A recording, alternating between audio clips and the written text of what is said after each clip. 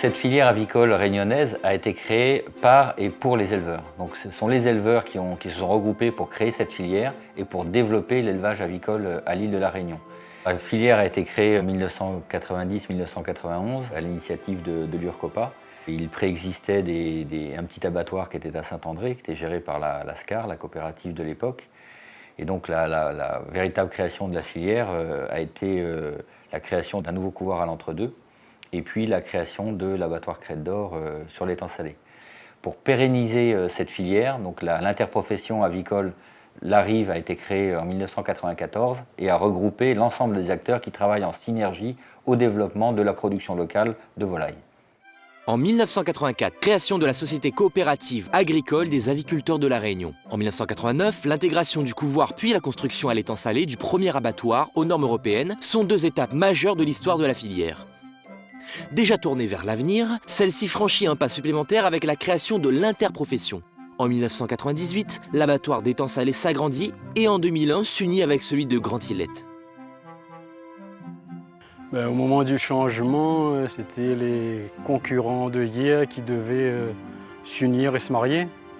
Et c'était surtout un choc de culture inévitable entre une équipe d'ingénieurs structurés d'un côté et des yabléos de l'autre côté.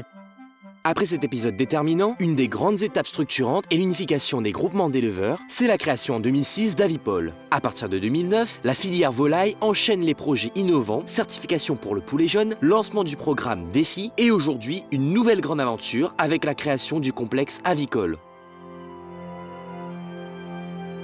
On est parti dans ce schéma de se rassembler un maximum de paysans et pour avoir quand même du répondant économique et du développement, si vous voulez. Il faut que tout le monde trouve son compte. Le consommateur, le grand distributeur, le paysan, il faut que tout le monde gagne. Il y avait une quinzaine, maximum une vingtaine d'éleveurs au départ de l'ASCA.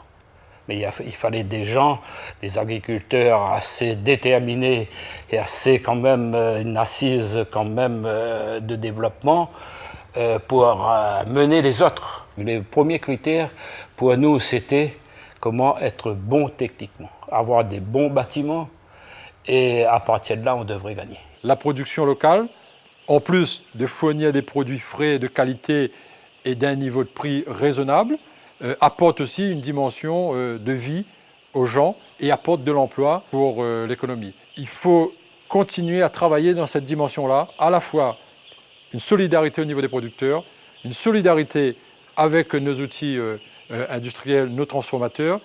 J'estime que sur les 10-15 prochaines années, avec l'augmentation de la population, toute la croissance attendue devrait être réservée à la production locale. On peut le faire. Et d'ailleurs, il faut le faire. On est obligé de réussir.